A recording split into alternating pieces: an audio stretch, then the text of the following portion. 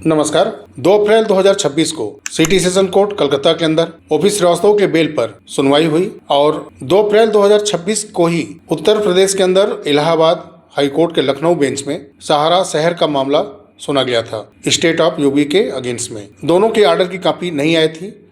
हालांकि डेट दोनों का पड़ चुका था। 10 अप्रैल 2026 सिटी सेशन कोर्ट कलकत्ता का अगला सुनवाई डेट था और 8 अप्रैल 2026 इलाहाबाद हाई कोर्ट के लखनऊ बेंच के सहारा शहर मामले की अगली सुनवाई की डेट आ गई थी। आर्डर की कॉपी अपलोड नहीं थी, लेकिन सिटी सेशन कोर्ट कलकत्ता के पोर्टल पर 2 अप्रैल 2026 की सुनवाई के आर्डर की कॉपी अपलोड हो चुकी है, जबकि अभी इलाहाबाद हाई कोर्ट के लखनऊ बेंच के जो सुनवाई हुई थी 2 अप्रैल को, उसकी आर्डर की कॉपी अभी पोर्टल पर अपलोड नहीं हुई है। तो सिटी सेशन कोर्ट कलकत्ता के अंदर एक बार फिर से इस केस की जो लगातार सुनवाई करते आ रहे थे चीफ जज श्री शिव कुमार राय जी, वो मौजूद थे और उनके समक्ष ही ये सारे आर्गूमेंट दलीलें रखी गई। एक बार फिर से वो इस केस की सुनवाई करना शुरू कर चुके हैं। इलेक्ट्रॉनिक माध्यम से आरोपी अनिल इब्राहिम की पेशी हुई। ओपी श्रीवास्तव की पेशी इसलिए नहीं हो पाई क्योंकि जो मेडिकल रिपोर्ट है, जो जेल सुपरिंटेंडेंट की तरफ से कहा गया था उस रिपोर्ट में कि 8 मार्च से लगातार वो हॉस्पिटल में एडमिट हैं, इसके वजह से उनकी पेशी नहीं हो पाई थी। और वहीं ओपी श्रीवास्तव जी के एडवोकेट की तरफ से कहा गया कि उन्हें कुछ समय और चाहिए बेल पिटीशन की याचिका को कोर्ट के समक्ष संपूर्ण रूप से रखने के लिए, और वो याचिका स्वीकार भी कर ली जाती है। वहीं ओपी श्रीवास्तव के मेडिकल रिपोर्ट पर कोर्ट की नज़र लगातार बनी हुई है और कोर्ट की तरफ से ये भी कहा जाता है कि 17/4/2026 के अंदर सुपरिंटेंडेंट प्रेसिडेंसी करेक्शनल होम की तरफ से एक कंप्लीट मेडिकल रिपोर्ट कोर्ट के समक्ष प्रस्तुत की जाए और फिर वहीं पर ईडी के पब्लिक प्रोसिक्यूटर की तरफ से जो मेडिकल रिपोर्ट है उसको देने की बात कही जाती है। उसके लिए प्रेयर कोर्ट के समक्ष किया जाता है। वहीं ओपी श्रीवास्तव के एडवोकेट के तरफ से भी कोर्ट से ये प्रेयर किया जाता है कि जो superintendent presidency correctional of home की मेडिकल रिपोर्ट है उसकी प्रति उन्हें भी दी जाए, यानी कि इन्फोर्समेंट डायरेक्टरेट के पब्लिक प्रोसिक्यूटर और ओपी श्रीवास्तव के एडवोकेट दोनों लोगों ने रिपोर्ट के लिए डिमांड की और रिपोर्ट को उन्हें सौंपने के लिए कोर्ट ने आदेश भी जारी किया। और फिर जेपी वर्मा के एक याचिका पर सुनवाई शुरू होती है, जो कि उन्होंने 19 मार्च 2026 को कोर्ट के समक्ष दिया था, जिसमें ये कहा गया था कि उनकी मां, जो कि काफ़ी बुजुर्ग हैं, 78 वर्ष के एज में हैं और वो दिल्ली के अंदर हॉस्पिटलाइज हैं और उन्हें रक्त कैंसर जैसी गंभीर बीमारी है। तो कोर्ट के समक्ष याचिका वो रखी गई थी। जेपी वर्मा को ऐसा कहा गया था कि वो बिना कोर्ट आर्डर के कोर्ट के क्षेत्राधिकार से बाहर नहीं जा सकते। तो उसमें प्रेयर किया गया था कि उन्हें कोर्ट के क्षेत्राधिकार से बाहर जाकर के, यानी दिल्ली जाकर के उनकी मां का देख रेख उन्हें करने दिया जाए।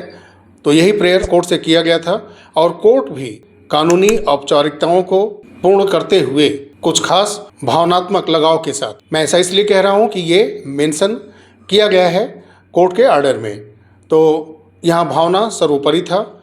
और इसमें यह भी मेंशन किया गया है कि वो शायद अपने आखिरी घड़ी में हैं, तो जेपी वर्मा के भावना का पूरा ख्याल रखते हुए उन्हें 3 अप्रैल से 9 अप्रैल के बीच में अपनी मां से मिलने का और उनका देखरेख करने का आर्डर कोर्ट की तरफ से दिया जाता है, जिसका विरोध ईडी के तरफ से मौजूद पब्लिक प्रोसिक्यूटर भी नहीं करते हैं। 10 अप्रैल को जो 9 अप्रैल तक जेपी वर्मा अपनी मां से जाके मिल सकते हैं, उनका देखरेख कर सकते हैं, तो उस पर सुनवाई होगी। उन्हें फिर अधिकारी के समक्ष उपस्थित होना होगा, कोर्ट के समक्ष वो आएंगे और 10 अप्रैल को जांच अधिकारी द्वारा कोर्ट के समक्ष रिपोर्ट प्रेषित किया जाएगा। वहीं अनिल इब्राहिम को 16 अप्रैल तक जुडिशियल कस्टडी में भेज दिया गया। तो वहीं ओपी श्रीवास्तव के बेल पिटीशन पर 17 अप्रैल 2026 को सुनवाई होगी। तो ये कुछ आंशिक 2 अप्रैल के आर्डर के बारे में आपके समक्ष हमने बातें रखी हैं। वहीं अप्रैल माह में एक और महत्वपूर्ण केस, जो कि पिछली बार 13 अगस्त 2025 को सुना गया था, सहारा क्रेडिट कोऑपरेटिव सोसाइटीज, जिन्होंने एक याचिका फाइल किया था इनकम टैक्स के अगेंस्ट में।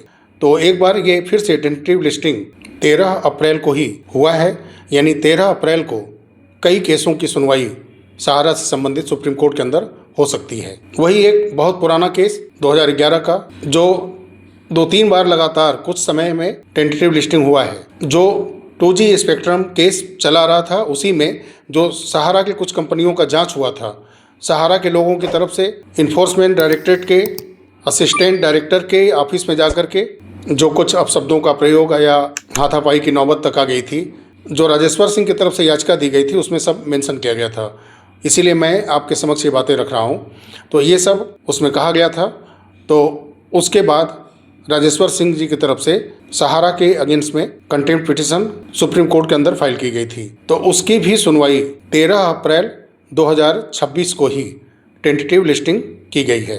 और वहीं देश के सहारा के करोड़ों निवेशकों के लिए मैं ऐसा ही मानता हूं, क्योंकि एक वो आधार बनेगा जब उनके साथ जुड़े लोगों का भुगतान होगा तो एक रास्ता खुलेगा देश के करोड़ों निवेशकों का पैसा मिलने का। नागेंद्र कुशवाहा जी का एक याचिका इलाहाबाद हाई कोर्ट के अंदर लगा हुआ है, जिस पर की सुनवाई कल हो सकती है। तो साथियों, इस वीडियो में इतना ही। मिलते हैं बहुत जल्द अगले वीडियो में। तब तक के लिए नमस्कार। जय हिंद, जय भारत, वंदे मातरम।